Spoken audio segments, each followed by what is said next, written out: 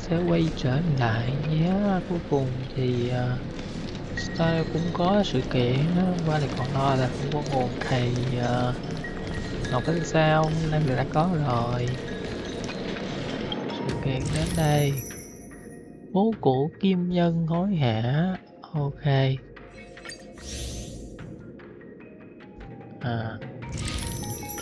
Quên rồi, có nhận hay không thì cũng chả sao. Sự kiện này có lẽ sẽ giống như sự kiện lần trước ở Diệp Bảo Tàng. Nói chung đa phần thì cũng chỉ chạy giật giật thôi, chả có gì nhiều lắm. Không sao thì cứ làm thôi, quan trọng là nhận được đá. Còn về nhiệm vụ độc hành thì có lẽ là sau khi sự kiện xong thì sẽ quay lại để chính là làm ngắt quãng sự kiện các kiểu. Nhưng vào ngày đầu tiên sự kiện thì có lẽ không mở ra được nhiều chức năng các thứ đâu. Thì chắc cũng sẽ đề tài kinh doanh gì đó các kiểu thôi. Không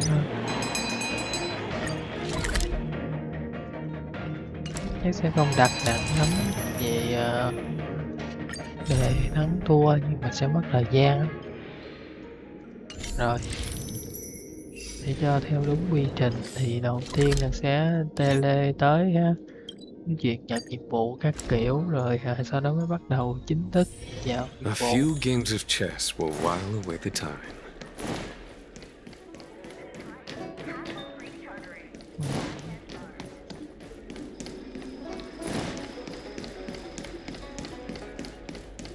Ồ, Over here! bay luôn. You're easy to spot. Are you going to Arm Alley? Không.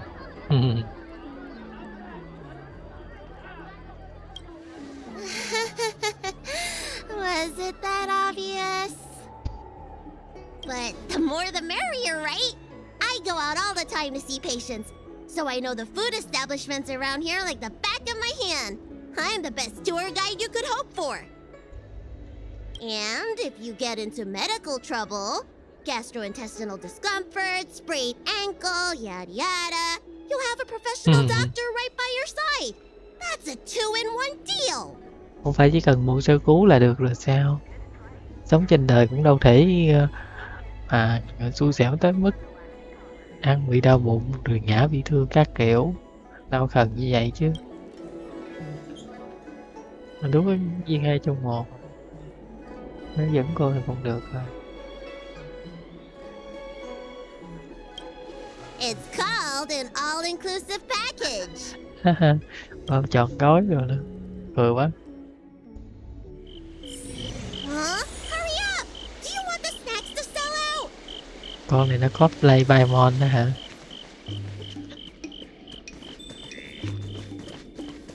Có Kim Nhân hôm qua đi rồi á.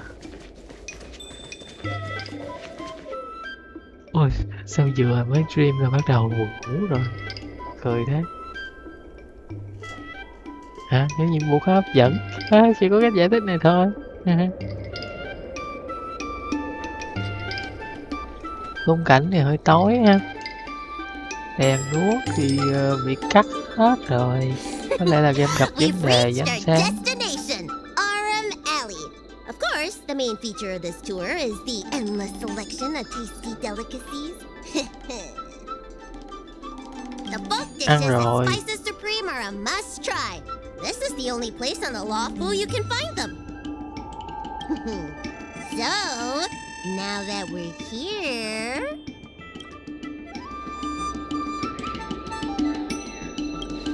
Ooh, girly confused pork, crisp melon and diced chicken, star taro braised pork, chili oil beef awful stew, granny chen's tofu. I'm getting tired saying them all. Reciting medicine ingredients is easier than this. Đúng rồi, bởi vì đâu lớn nổi. Let's Ăn start quá with the mà. snack stands. You can browse around for a bit. I'll go find us a seat while you make up your mind. I should see what the other customers have to say about the food here.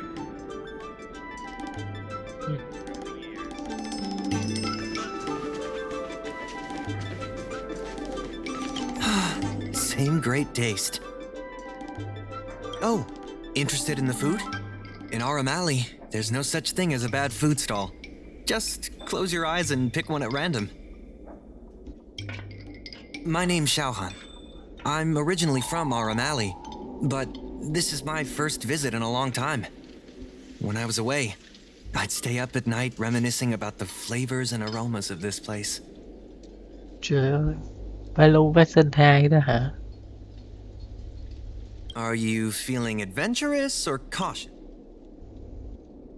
If you're really feeling adventurous, you could try some mung bean soda.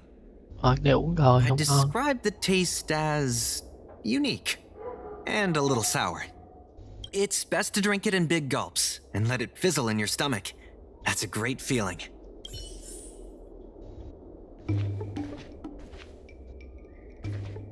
Oh, a visitor from afar. May I ask you a question? Do you like Aram Alley?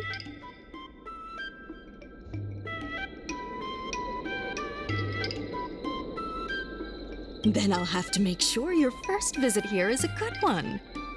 Cảm ơn I nhiều. hope you don't mind me prattling on, but since you're an outworlder, are you familiar with the IPC? Do you know if it has a good reputation? Cái mỏ vàng nhà con đó, mỏ vàng bên vợ đó.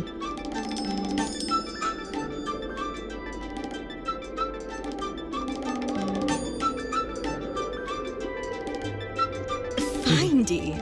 I've never heard of that before. Anyway, sounds like you know as much about them as I do. Well, I can't just leave you here empty-handed. Take a look at the menu, order whatever you want.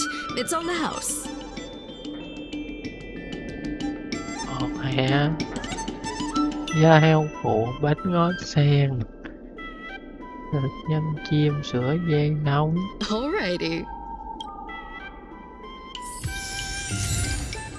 Cái này chưa có, mấy món kia thì đã thử qua rồi. So, is... Fantastic! Hey, how did you know my favorite food? Thì mấy đứa mới đẻ ăn gì, uống sữa chứ.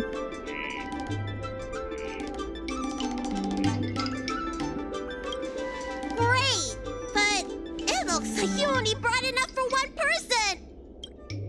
Đi xin thêm phần nữa.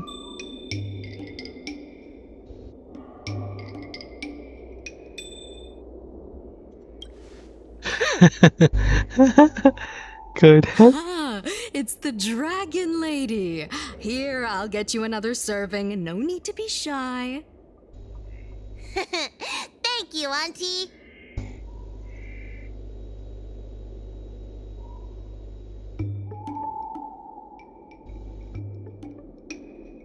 Trời ơi, sao cốt truyện biến thành câu chuyện đi chơi với Balu rồi. I'm so full of snacks I can hardly move. I haven't even gotten around to business yet.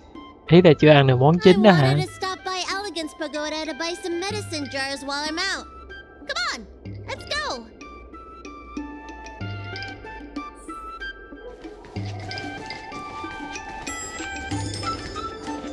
Dăm ba cái văn vật tự này mà nhầm cái gì? Cứ ăn đi, ăn đi.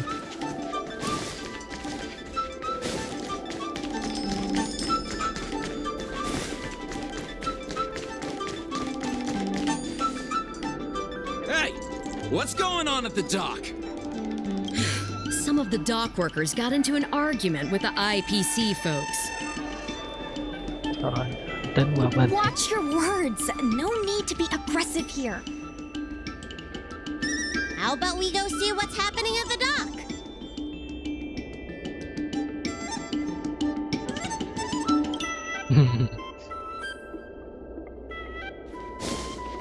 When did you decide to show up, little Miss Feisty? How is this any of your business?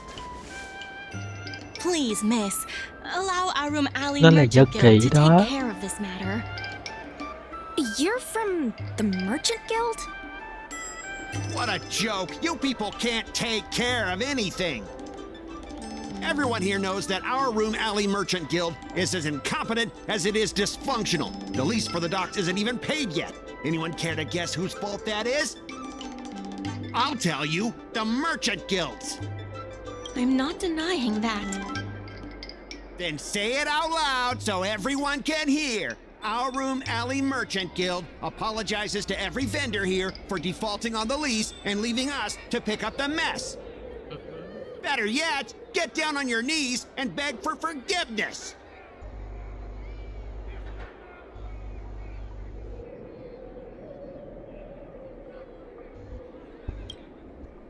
Cái này chưa có tiếp tục xem, không biết gì mà đánh nhau You're người being cãi. completely unreasonable. Why can't we talk this over? Không, I'm not being unreasonable. I'm making a friendly inquiry. When will the IPC receive its lease payments? I'm afraid we can't pay at the moment. We leased this whole dock to your merchant guild, hoping that it would rejuvenate our Room Alley. And look at it now. A perfectly good freight dock has gone to waste. cũng đúng. They said at the moment. That doesn't mean they'll never make the payments, right? Don't be so gullible. How about we make a little bet? If the Merchant Guild can pay back the money it owes, I'll get down on my knees and apologize to all the people of our Room Alley. Hơi nhẹ đấy.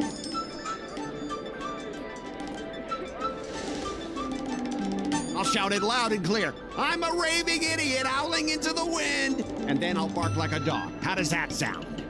Trời đất, cũng được. Okay. Hay vậy chứ cắn cạc. And if they can't? Oh, that's simple. You apologize to me in front of all the people of our Room Alley, and you bark like a dog.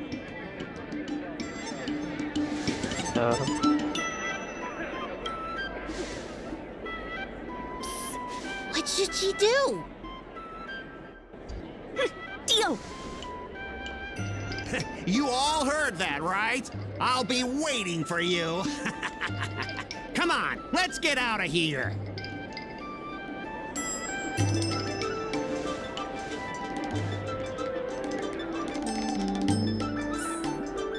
Cái này đây của tất cả mọi thứ trên Houston đều kệ nha. Nên là không có chuyện mình giúp nó đâu. Miss, there's no reason for you to take such a bet. We're the ones who dragged you into this. Nó nhiều chuyện It's mà. okay. Seeing that arrogant sneer on his face made me sick to my stomach. I had to do something. We appreciate you sticking up for us. But this...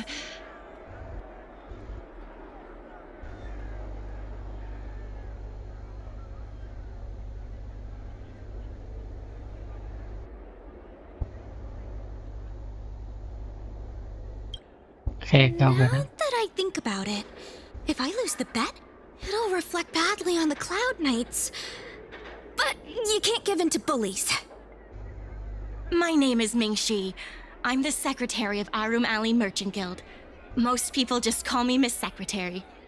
This leasing dispute is between the IPC and the Merchant Guild. You shouldn't have been dragged into it. Đúng là vậy đó.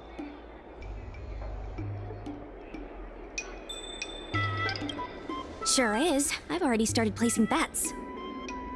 So, is it true that the Merchant Guild can't pay back the lease? Miss Secretary, just tell it like it is. As things stand now, the Merchant Guild is in no position to pay back the lease.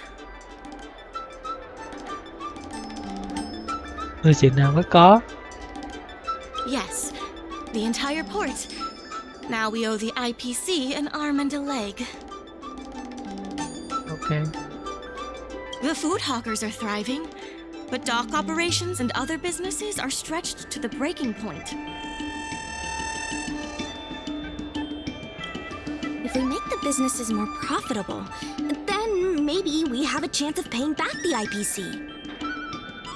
If we cut costs and tap into new revenue streams, we can turn things around. A lot of vendors in Arum Alley don't want anything to do with the dock, though. so it may be hard to find new sources of revenue. What about cutting costs? Cutting costs means reducing expenses. As you can see, the dock isn't even fully utilized, and the workers, well... Hey, don't get any funny ideas about laying people off. Miss Secretary is just helping us think of ideas. But if you ask me, I think our ordering system is rather inefficient. I'm sure we could reduce our costs if we found a way to improve it.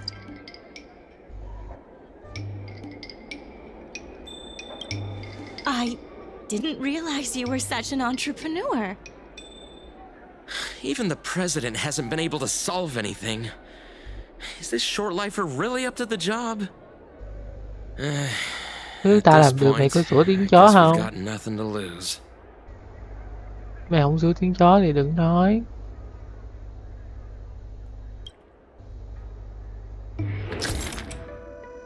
Đây đó, chất quá đây cần sao hiện tại hoàn thành mục tiêu đơn hàng để kiếm kinh phí trương hội. Ồ đẹp đấy.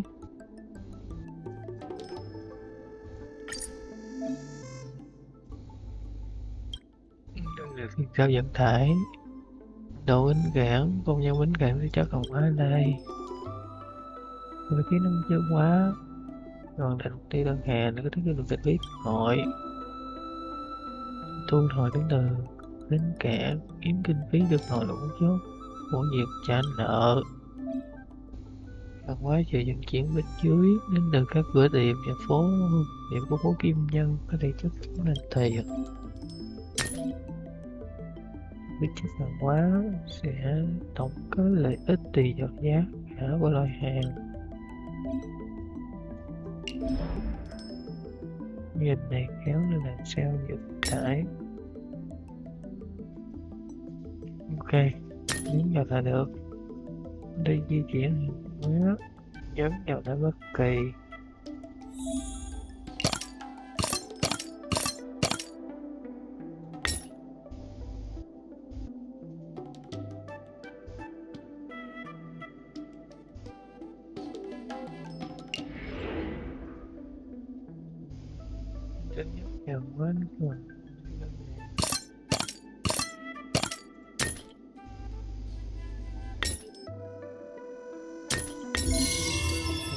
Cần đơn hàng thông thường và bếp đơn hàng. Đi ra hôm qua bãi điện sao trống mà không có câu đố gì là cho mục đích này đúng không? This will certainly save us on shipping costs. Isn't this a little unsafe? Don't worry. Our motto is safety first.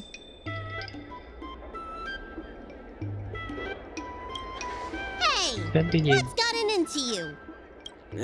Impressive, but if you ask me, inventory efficiency isn't enough to save us. If Heron Express doesn't deliver the goods, then they're just gonna sit around collecting dust. Á cổ hạt giận đó luôn. If you have the time, could you accompany me to Heron Express's Arum Alley branch office? Of course. It's just... I'm better with brawn than brains.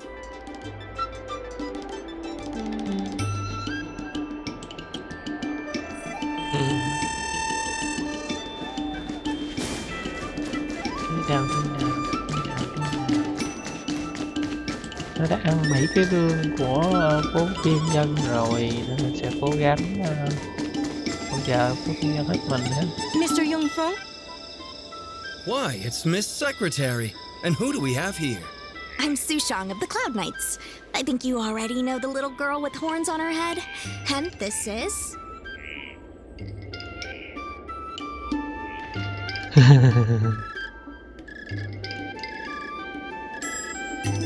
Good to meet you all.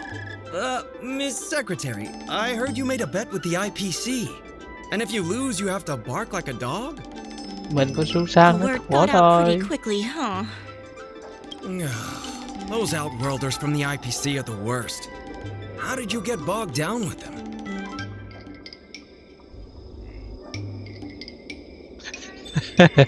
Vậy được em. Vậy được em thì nên có đến chó. Không nên nói câu dưới thì Right. And if the Merchant Guild pay back what they owe, the only one barking will be that IPC stooge. We made our inventory more efficient. But the dock workers said we still need a way to distribute the goods. Those dock workers don't want to take responsibility. And I'm afraid it's not our responsibility either. Then who should we blame? The IPC? The IPC said that they would handle operations at Aurum Alley and promised to give subsidies to the vendors. I suspect they secretly told all the vendors not to use the dock for logistics. oh.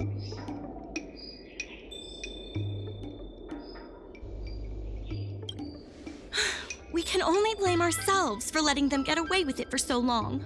If we can't pay back the rent, the financial damages will be manageable, but the reputational damage will be irreparable. If the Merchant Guild loses everyone's trust, it'll become an empty shell of its former self. And with The IPC wants to turn this place into a big logistics warehouse.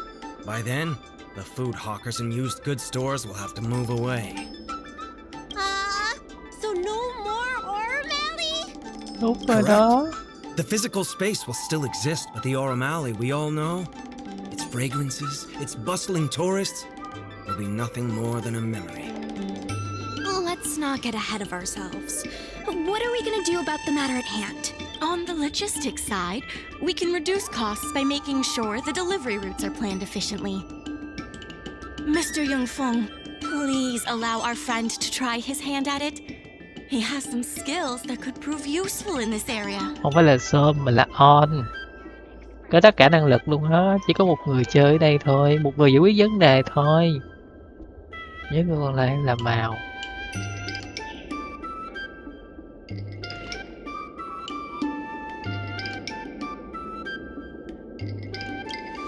See? He's a quick thinker.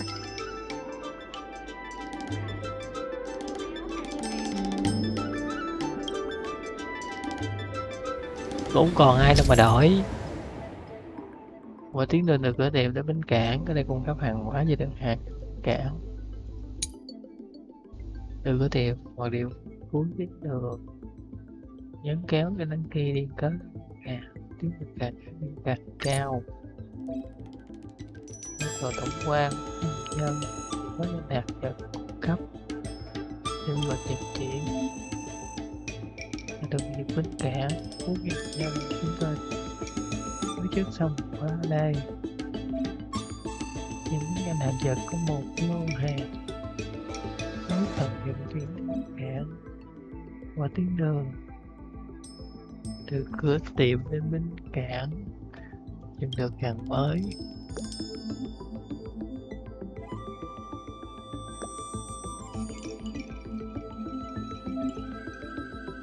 Được có đánh giá vận chuyển tương ứng của một sẽ giảm 1 điểm.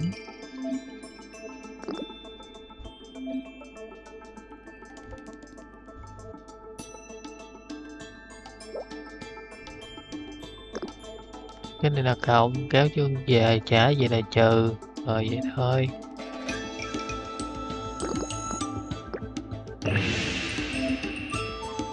Rồi, ok, khi hoàn thành quy hoạch những ngành hàng trần sẽ đánh giá việc vận chuyển tương ứng.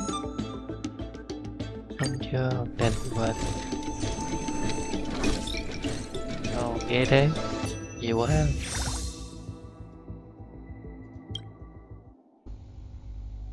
With these routes in place, logistics costs will be reduced significantly. I knew it! You're the heroes who can help us revitalize Aurum Alley. Now, can you tell us what really happened to Aurum Alley? Well, Aurum Alley was originally the busiest night market in Exalting Sanctum. In days past, this alley, famed for its food and commerce, was brimming with aromatons collecting goods for their masters. But that prosperity has long since passed. Restrictions were placed on civilian aromatons, and new commercial centers began to spring up. It was like being on a gentle downhill slope. Everyone knew things were changing, but no one thought it was serious. When the Lawfu was moored for maintenance and trade with the IPC increased, a new threat emerged for the Merchant Guild. The IPC's announcement of a bid for the development of Arum Alley. Their promises were visible, tangible, and extremely aggressive. When the gentle downhill slope suddenly became the edge of a cliff, no one could pretend to ignore it anymore. Both the Merchant Guild and Arum Alley itself were in jeopardy. The contract for operating Arum Alley's business district is about to expire, and the IPC's regional director has seen an opportunity. They orchestrated the dock debt crisis, and that's just the beginning. Meanwhile, vendors in Arum Alley have expressed mixed feelings about the IPC. Some see it as a crouching tiger with malicious intentions, while others see the IPC's promise of high profits as a chance to turn things around.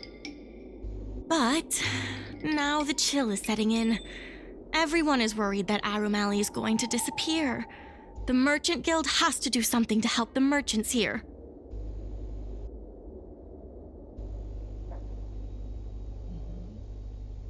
Therefore, on behalf of the Merchant Guild, I would like to formally extend an invitation to you all to serve as business advisors in the plan to save Arum Alley.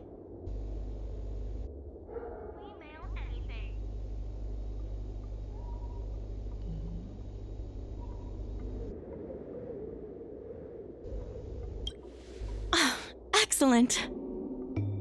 Why don't you talk it over with everyone first? Ủa, cho bà hỏi tụi nó. Hỏi tụi nó là được gì? Tụi nó có làm giùm không? I only came here for the food. I didn't expect to get tangled up in all this dock leasing stuff. Cứu khổ cứu nạn đi. Still, if you're willing to give Làm it a Bồ shot, Tát thì maybe Arum Alley doesn't have to disappear.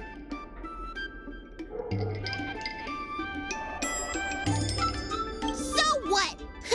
The food's the best bit. Arum Alley without food would be like a pill without medicine. Meaningless. trời ơi. I really hope you can help out. Tất nhiên. I'm not worried about that. I just want to help save Arum Alley. My home, the Xianzhou Yaoqing, had much closer ties with the IPC. Initially, people thought they were just engaging in a little interstellar investment, but over time, things changed. Gradually, the Yaoqing's younger generations began to enjoy the immersion produced by the IPC's entertainment division.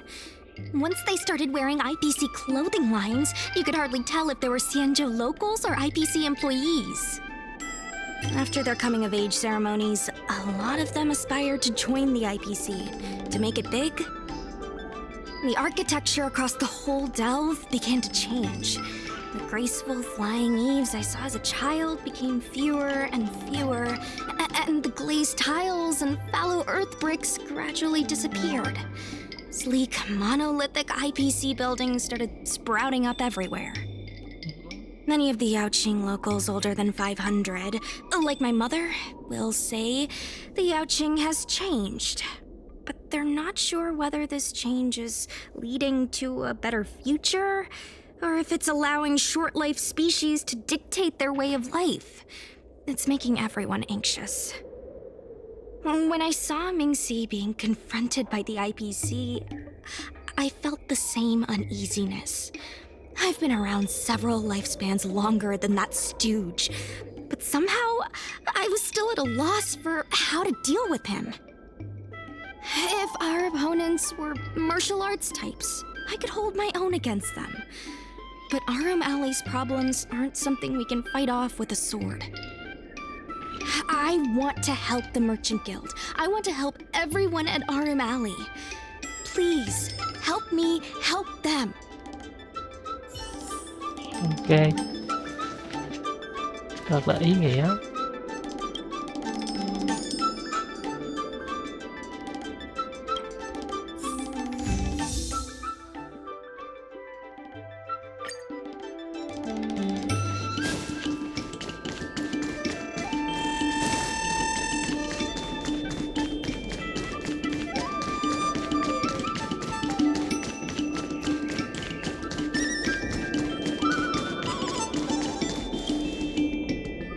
Miss Lian Yan, please tell the president that I have someone who can help us with the leasing situation at the dock, and also bring Arum Alley back to its former glory.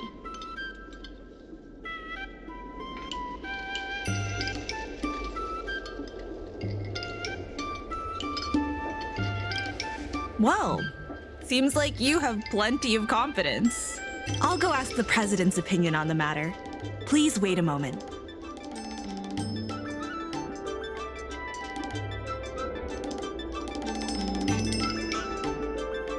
Okay, the president trusts Miss Secretary's judgment, but the applicant still needs to pass a test.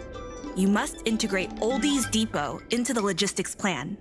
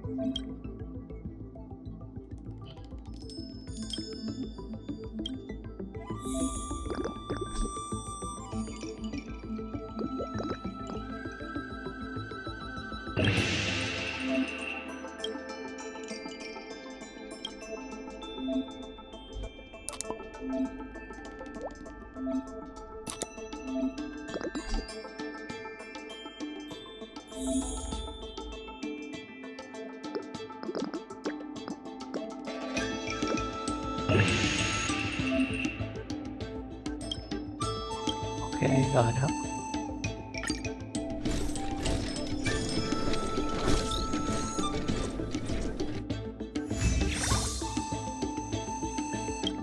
Xong. The president acknowledges your expertise and agrees to confer management responsibilities accordingly. Arum Alley Merchant Guild would like to issue a formal request.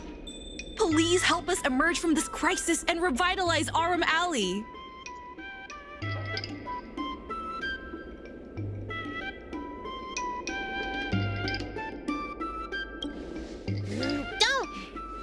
Now that that's settled, you'll be able to help the dock workers do the inventory. I keep tabs on all the goings-on in Arum Alley, including rumors and the latest gossip. If we can solve some of the problems in the community, it could help in rejuvenating Arum Alley. If it involves helping people in need, count me in too. Rồi thôi, bắt đầu kiểm tra thôi. Anytime you need anything, come find me. The important thing right now is to generate enough revenue before the payment due date. I'll be off to the dock then. Stop by any time.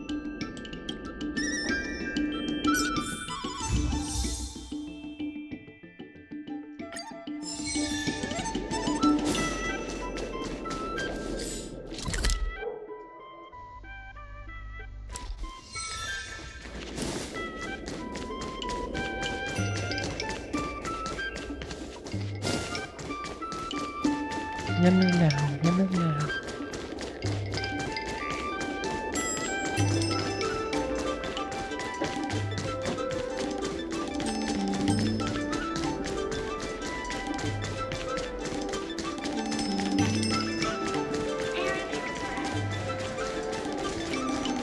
Now that you're here, let's get started on the dock-related work.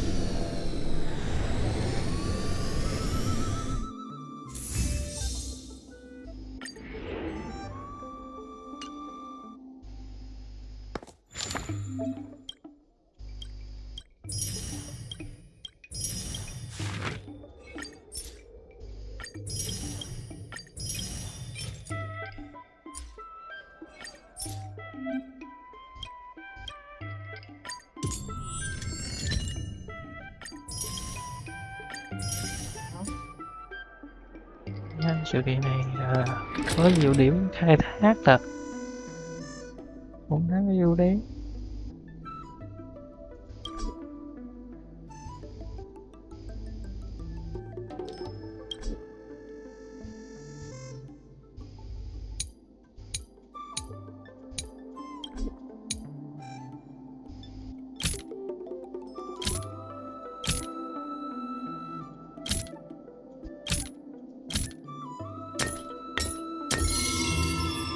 Đấy.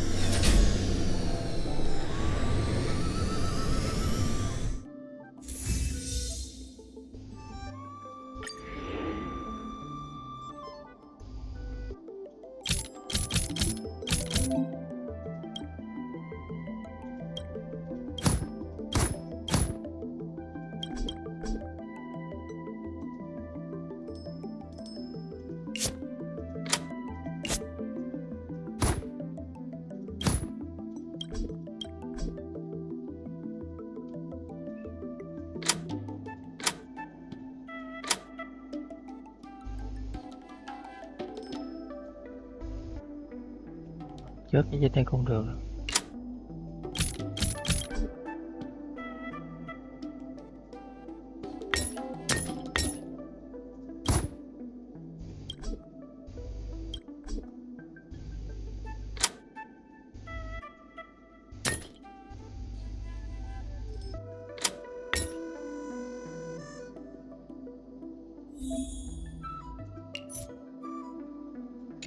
Thì đúng là vậy chứ có gì đâu, nhưng mà sao lại không đúng?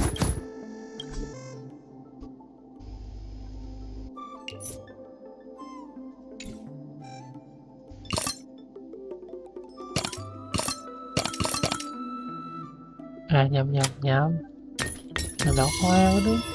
Rồi sorry, buồn ngủ quá mất khôn rồi.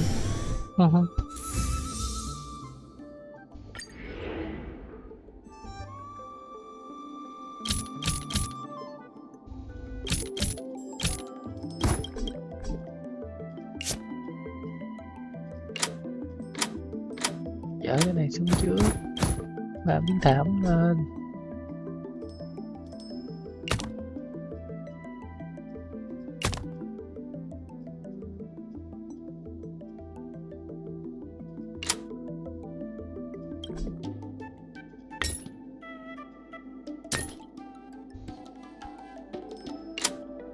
Em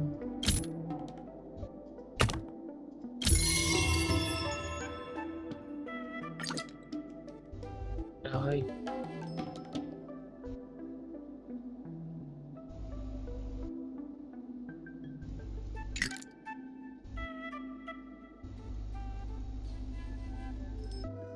lên sắp.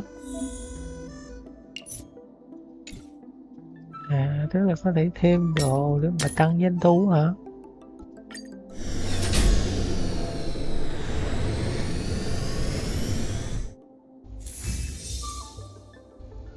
Hay đó.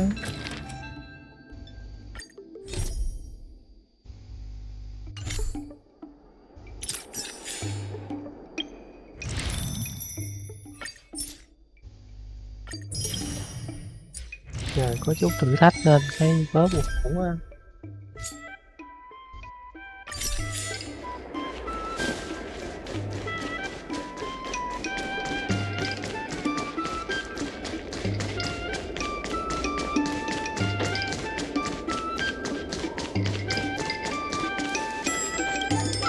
Take your time. There's always something for everyone.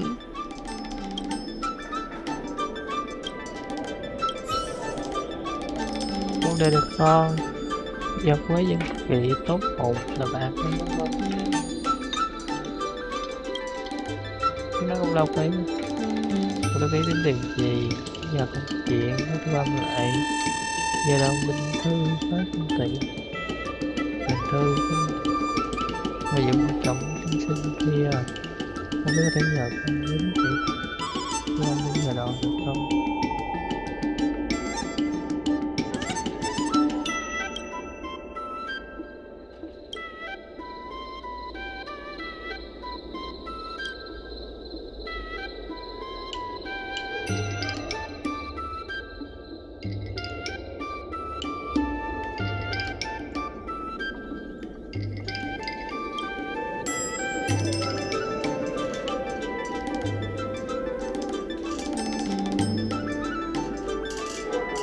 Ok.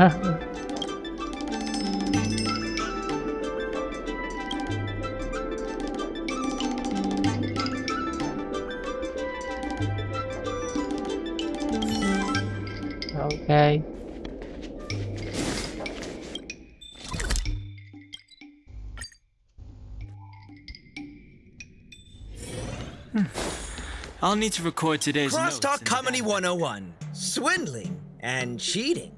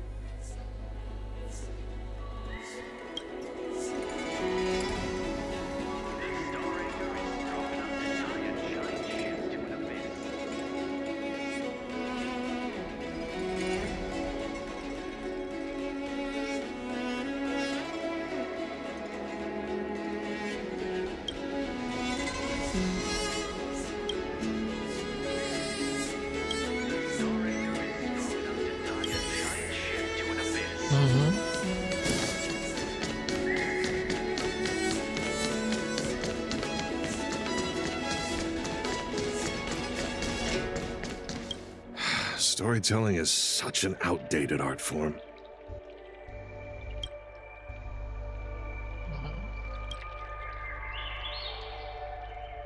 Curved wood must be bent again to reach straightness, and finding truth from exaggerations and lies takes a knack.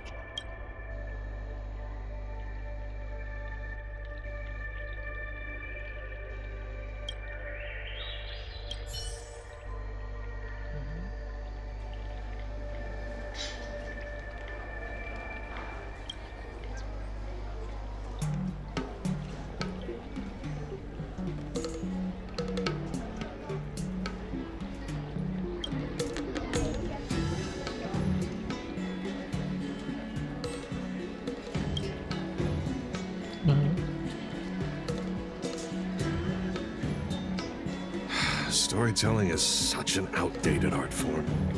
There are people who like it. Who cares what you think?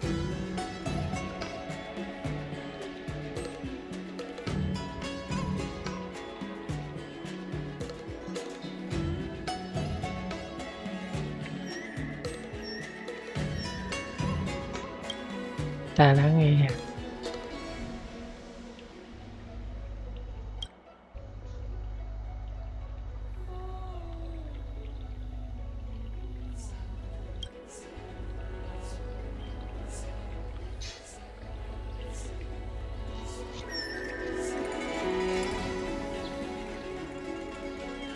Ồ, đúng rồi.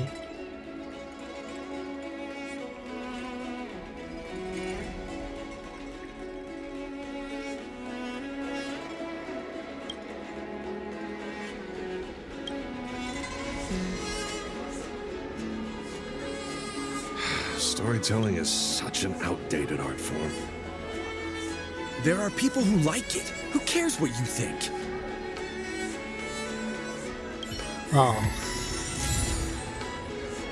Tiên sinh nhiệt tình quá.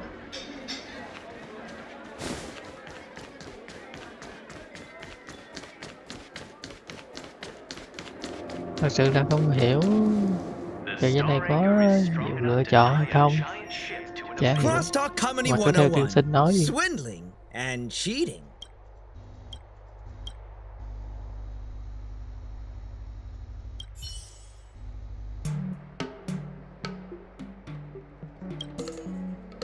Mỗi làm chuộng để là một còn năm tính không vấn thị tên tôi mới thấy là bắn sao cũng vậy, cháy đầy gói. Các bạn đồng ý hiện giai đoạn tiết chiêu. Màn ảnh chúng tôi nhất định tận để thăm hỏi thu thập phản hồi đến giả và thân đã nhớ bây giờ có gì chủ tiệm rồi. Rồi ok, khấy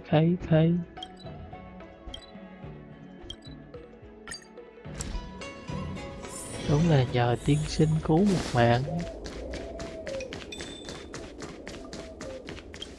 Sao gì?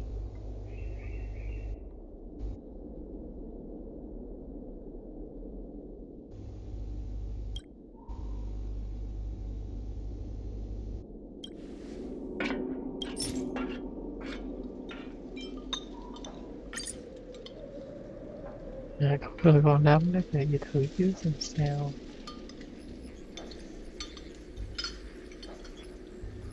Dám cái nào hỗ trợ chứ cái còn phải cách nữa. Thật ra bây giờ thì tự nhiên tôi phải nói là làm được tiền lấy phí đi qua tiền chuyển rồi gì đúng chứ. Đúng rồi, cái là nó như cái là nó vậy, nó nguyện nhập vì qua tiền chuyển cái bên cạnh có đơn hàng.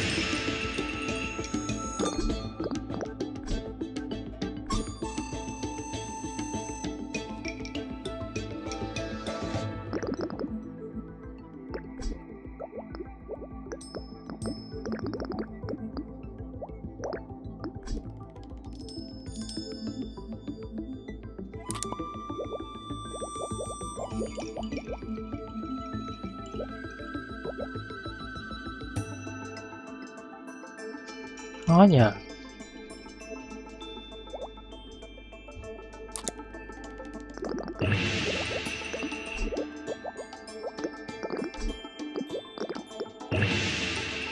Đó, dễ nhất là như vậy.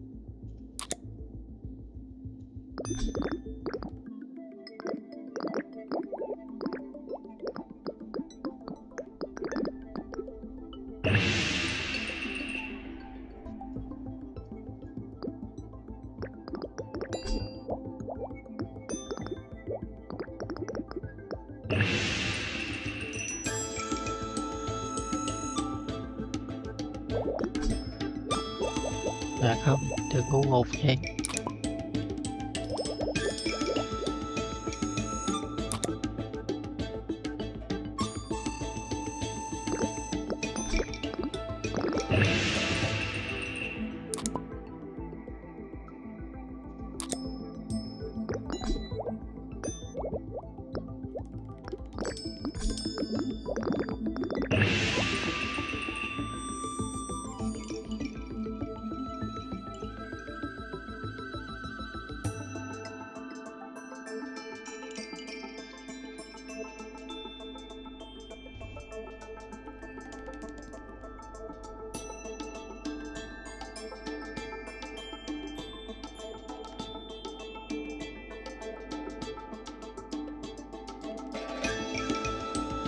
Được không? Giờ hợp lý chưa nhờ?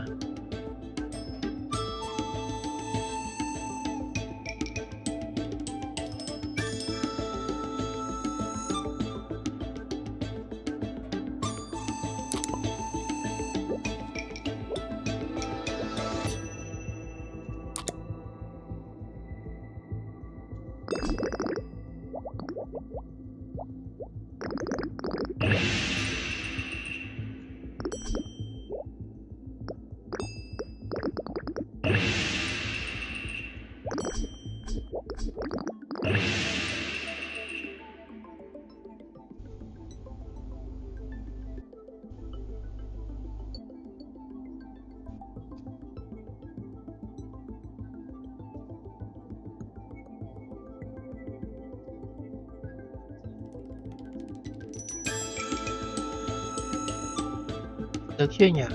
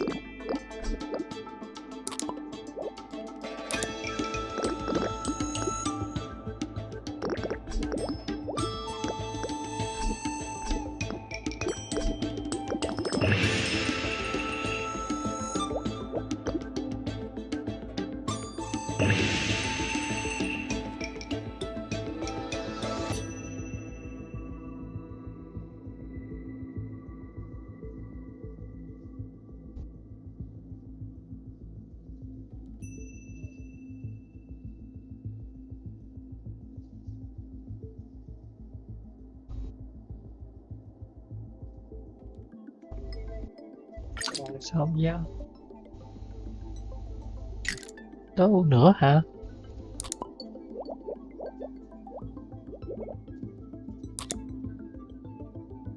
Thì là nếu tối ưu thì cũng chỉ còn cách giống như nãy thôi. Đâu còn cách gì khác.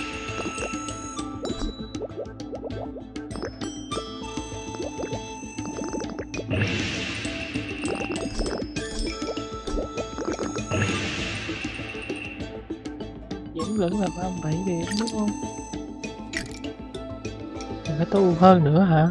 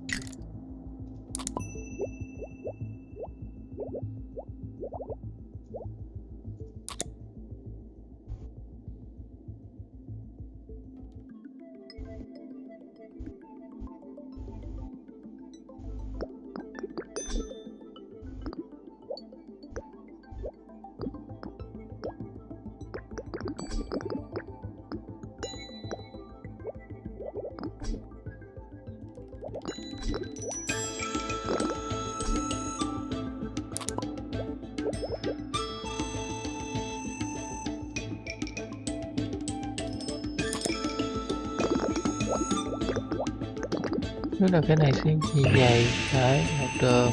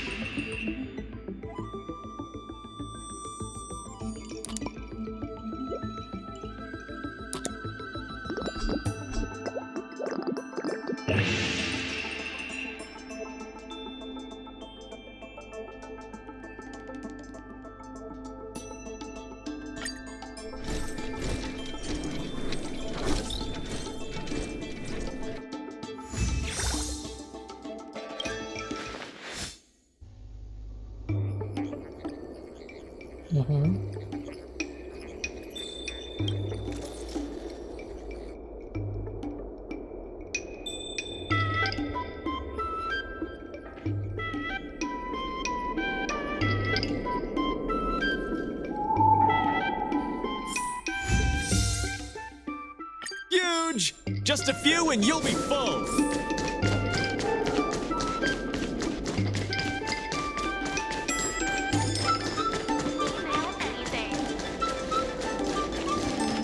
There's still more work to do on the Arum Alley Revival Project. Thanks to you and Sushong, Arum Alley's success is nearly a done deal.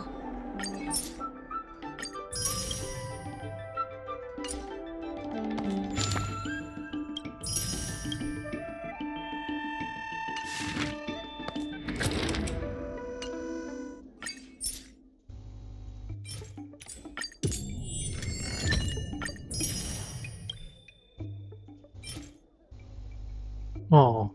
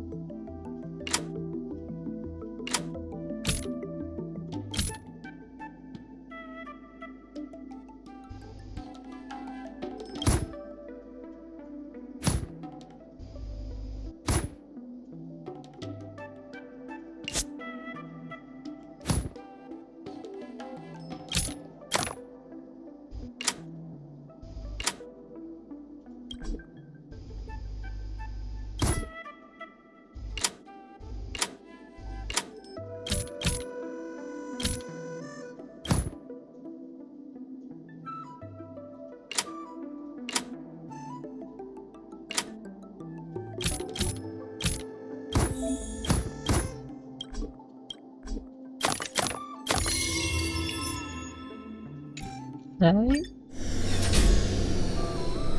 Gì là như vậy?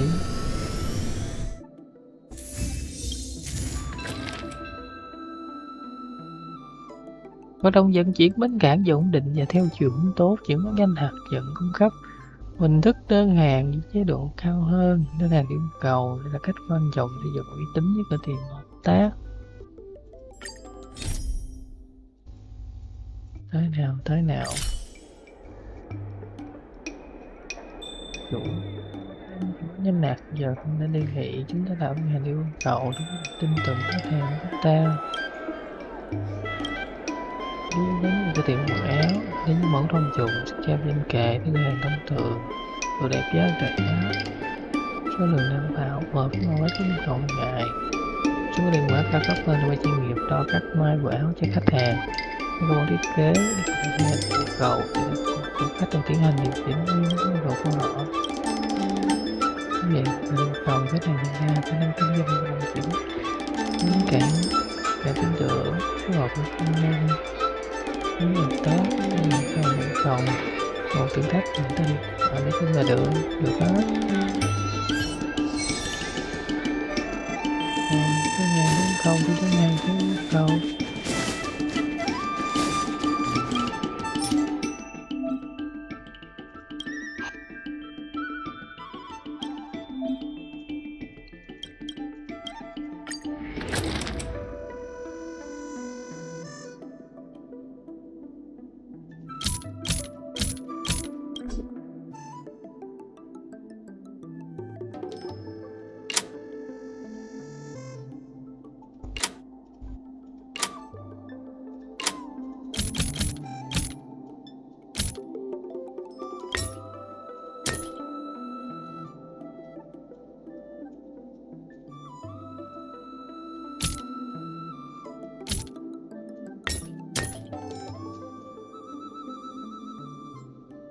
Ăn 2 mới được hả?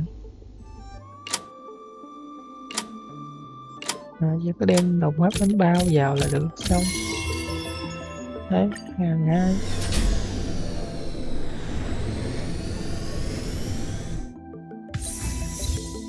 Đây. Rồi hết à. Giúp giá chân rồi. Anh như chúng ta đọc dịch vụ mình đem còn được hay nhưng mình luôn phải tin cậy lâu dài cho biết tham việc trong tăng cường hợp tác nên mình có cho mình cao giờ mình chuyện bến cảng rồi làm ăn mà không nên chửi rủa nhau.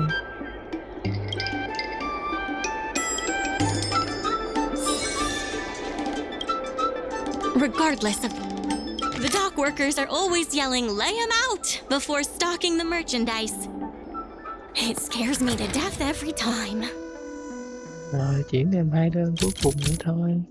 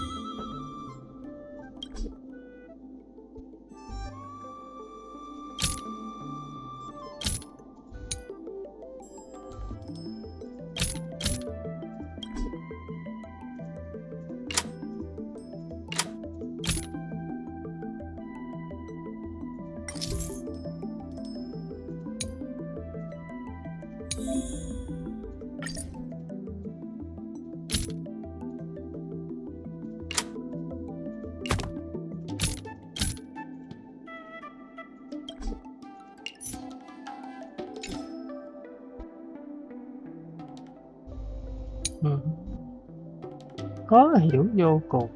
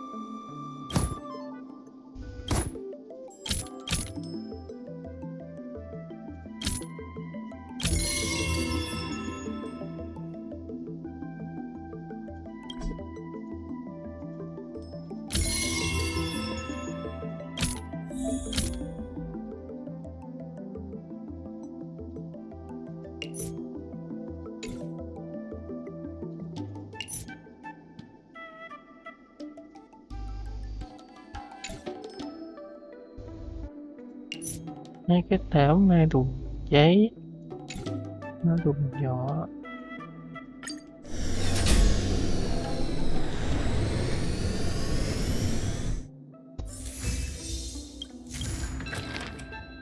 Công ty đã đầu tư lớn đấu thầu bến cảng của Kim Nhân. Qua nền trên đầu của Kim Nhân luôn. Thế và bến cảng lại thu chi người ta đã kiến nghị cất nhích đầu để trường hợp không thể trả được các khoản nợ của bến cảng của Kim Nhân có thể sâu cọp tồn tại. I have something to tell you. We achieved our revenue goal for this quarter. This is all thanks to you two. Not to mention the merchants of Arum Alley. The Merchant Guild promises that we will use the money where it is meant to be spent. The funds will be used for the overall repair and upgrade of the dock, which means we won't be able to use the dock's shipping logistics for a while.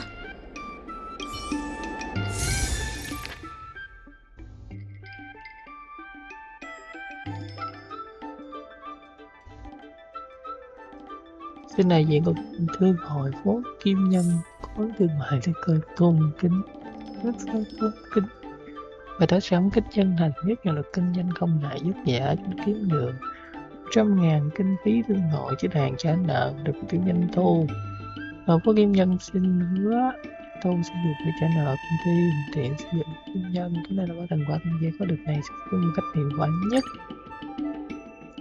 Mình đã hoạt một hơn chợ đêm của Kim Nhân cũng có thay đổi và hề hợp tác để mọi những cái tiệm càng thêm gắn bó bên cạnh từng dịch vụ để nhu cầu mới. Với dây bộ không khí của Kim Nhân náo nhiệt cũng nhiều có thêm các loại sự kiện đường phố. Ok, thanh kiệu. Rồi thế là sự kiện của ngày hôm nay á. Rồi cũng là ngày cuối tháng rồi nên là còn vài vé cái gacha mình sẽ mua luôn. Rồi giai đoạn này xem như đã kết thúc. Còn